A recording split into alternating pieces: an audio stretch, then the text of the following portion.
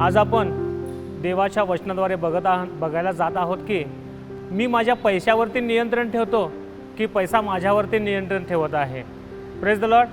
तर देवाचं वचन आपल्याला इथं सांगत आहे की आपण आपलं जगिक जीवन जगत असताना, पैशाच्या पाठीमागे धावत असताना आपण अनेक कष्ट करत असतो, काम करत असतो, पण आपण देवाचं वचन, देवाची सेवा आपण विसरून जाऊन फक्त पैशाच्याच पाठीमागे लागतो. आणि मग विषय आपल्यासमोर असा येतो की मी माझ्या पैशावरती नियंत्रण ठेवतो का पैसा माझ्यावरती नियंत्रण ठेवत आहे.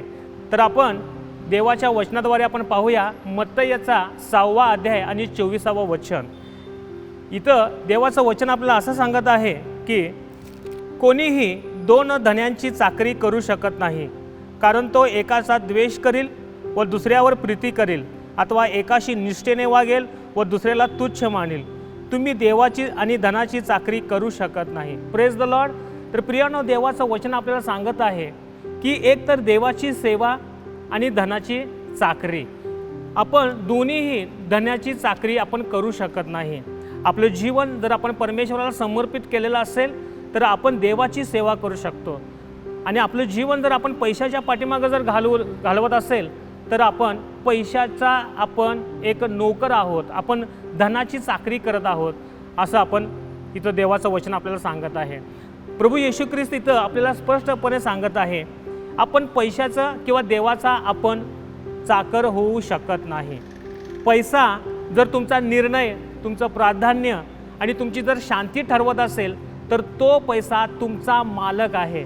ज्या पैशासाठी तुम्ही उलाढाल करत असता, जे कष्ट करत असता, तोच पैसा तुम्हाला तुमचा मालक बनतो आणि प्रभू येशू ख्रिस्तापासून तुम्हाला लांब लांब करत असतो. आणखीन आपण पुढे जाऊन देवाचं वचन आणखीन एक पाहूया. 1 तिमोथेकरस पत्र याचा 6वा अध्याय 9 ते 10 वचन.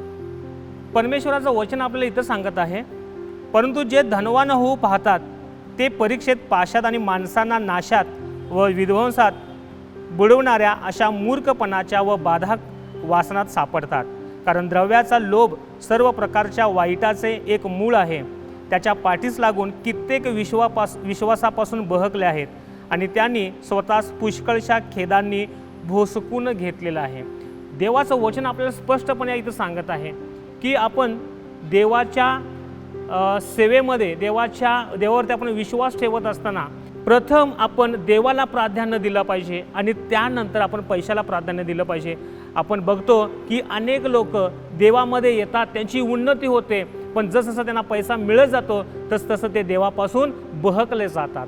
तर मला तुम्हाला प्रियानं सांगू द्या की आपण देवावरती विश्वास ठेवूया, देवाच्या वचनामध्ये वाढूया, अधिक पैसा न करता देवाच्या राज्यामध्ये अधिक वाढूया. परमेश्वराचं वचन आपल्याला सांगतं की देवाच्या नीतिमत्तेसाठी पहिला झटा, देवाच्या राज्यासाठी झटा. या भौतिक सुविधा आपल्याला परमेश्वर आपल्याला देतच आहे, आणि हे वचन जे परमेश्वरानं आपल्याला दिलेलं आहे, मला आशा आहे की हे वचन परमेश्वर तुम्हाला नक्कीच आशीर्वादित करेल. तर आपण पैशांपासून दूर राहूया आणि देवामध्ये अधिक आणि अधिक आपण मजबूत होऊया.